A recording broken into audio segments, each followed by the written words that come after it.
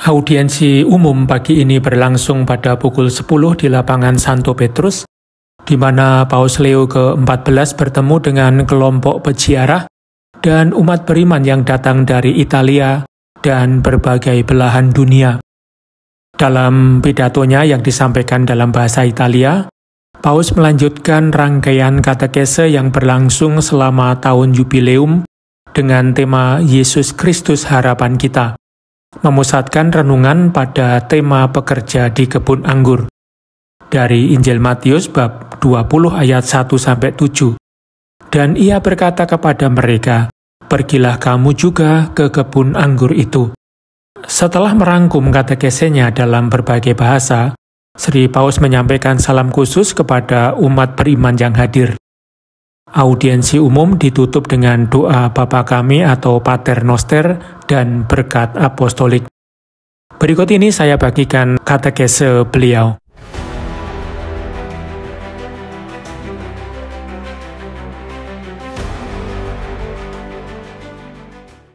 Saudara-saudari terkasih, saya ingin kembali merenungkan perumpamaan Yesus, sebuah kisah yang menumbuhkan harapan kita.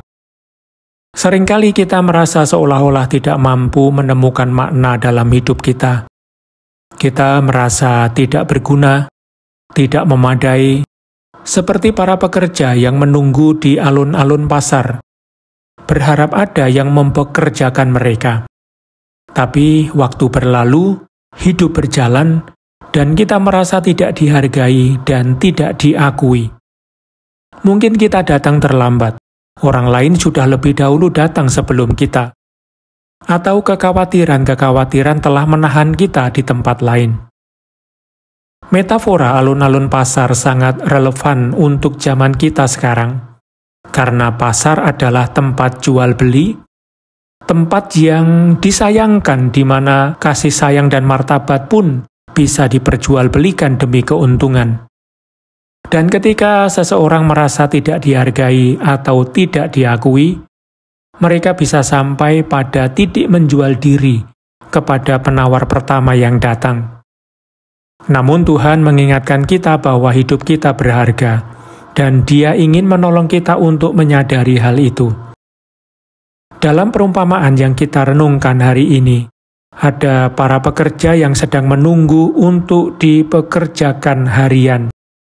Kita berada di bab 20 Injil Matius, dan di sini kita bertemu dengan seorang tokoh yang perilakunya tidak biasa, bahkan mengejutkan dan memancing pertanyaan. Dia adalah pemilik kebun anggur, yang secara pribadi keluar mencari pekerja. Jelas bahwa ia ingin menjalin hubungan pribadi dengan mereka. Seperti saya katakan, ini adalah perumpamaan yang memberi harapan karena mengkisahkan bahwa Tuhan ini keluar berulang kali untuk mencari orang-orang yang menunggu kesempatan untuk memberi makna pada hidup mereka. Ia pergi sejak fajar, lalu setiap 3 jam kembali mencari pekerja untuk dikirim ke kebunnya. Dengan mengikuti pola ini, setelah pergi pukul 3 sore, seharusnya tidak ada lagi alasan untuk keluar, karena hari kerja biasanya berakhir pukul 6. Namun Tuhan yang tak kenal lelah ini, yang ingin memberi makna pada hidup setiap orang, tetap keluar juga pada pukul 5 sore. Para pekerja yang masih berada di alun-alun pasar mungkin sudah kehilangan harapan. Hari itu tampaknya telah berlalu tanpa hasil. Tapi ternyata ada seseorang yang masih percaya pada mereka. Apa gunanya mempekerjakan pekerja hanya untuk 1 jam terakhir hari kerja? Apa gunanya bekerja hanya 1 jam? Namun, bahkan ketika kita merasa hanya bisa melakukan sedikit dalam hidup, itu tetap berarti. Selalu ada kemungkinan untuk menemukan makna, karena Allah mengasihi hidup kita. Keistimewaan tuan kebun ini juga terlihat pada akhir hari saat pembagian upah. Terhadap para pekerja pertama yang mulai bekerja sejak fajar, ia telah sepakat untuk membayar 1 dinar, upah wajar untuk 1 hari kerja. Kepada yang lain ia berkata akan memberikan apa yang adil. Dan disinilah perumpamaan ini kembali menggugah kita. Apa yang adil itu? Bagi pemilik kebun anggur, yaitu Allah, yang adil adalah setiap orang menerima apa yang mereka butuhkan dalam hidup. Ia memanggil para pekerja itu secara pribadi. Ia mengenal martabat mereka. Dan berdasarkan itulah ia membayar mereka. Ia memberikan 1 dinar kepada semuanya. Dikisahkan bahwa para pekerja yang datang sejak pagi kecewa. Mereka tidak mampu melihat keindahan dari tindakan sang tuan yang bukan tidak adil tetapi murah hati.